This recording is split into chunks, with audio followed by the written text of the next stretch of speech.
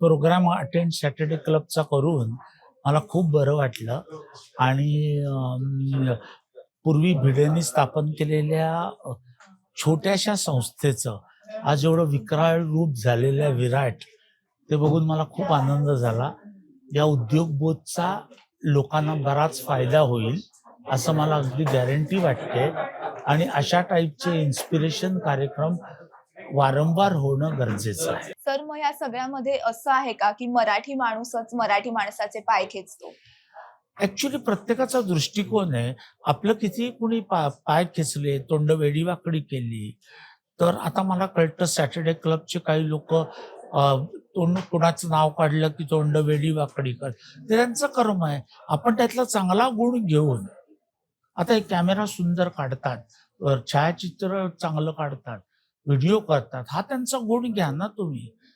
त्यांचे काय कोणाचं खेचताय, कोणी कोणाला प्रिव्हेंट करू शकत नाही. पण मराठी माणसांनी जोपर्यंत लक्ष्मीचं पूजक होत नाही, सरस्वतीचे पूजक आपण राहतो, तरच तोपर्यंत आपली उत्क्रांती होणं संभव नाही. एखादा मराठी व्यवसाय आहे, जो पिढीजात चालत आलेला आहे, तर तो पुढे नेण्यासाठी काय करावं?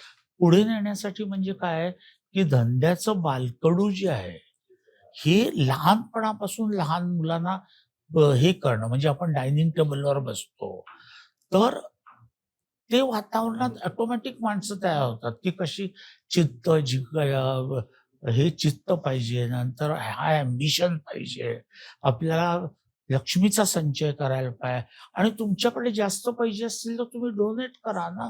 जरुरी नाही प्रत्येक पैसा आपल्याकडेच मारायचा. जसं आम्ही पेंढारकर कॉलेज पाडलं, नागपूरच्या कॅन्सर इन्स्टिट्यूटला देणगी दिली, पुण्याच्या काही बऱ्याच संस्थांना देणगी दिली, आणि बाकीचे प्राईम मिनिस्टर फंड्सला आम्ही डोनेशन केलं.